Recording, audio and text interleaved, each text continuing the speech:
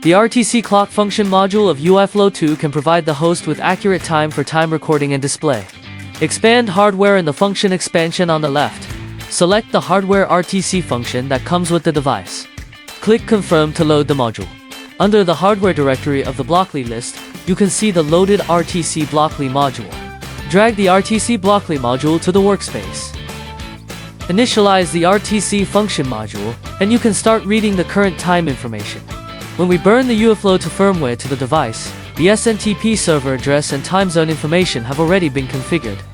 The device successfully connects to the Wi-Fi network and can obtain the latest network time. Next, we will demonstrate a small case through the M5 Stack Cores 3 host using the RTC module programming.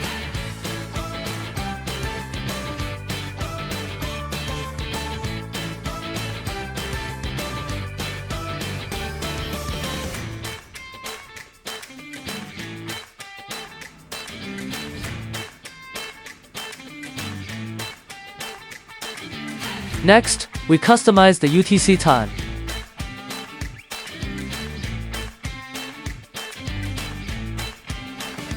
The time set by the custom will overwrite the time obtained by the device through the SNTP server.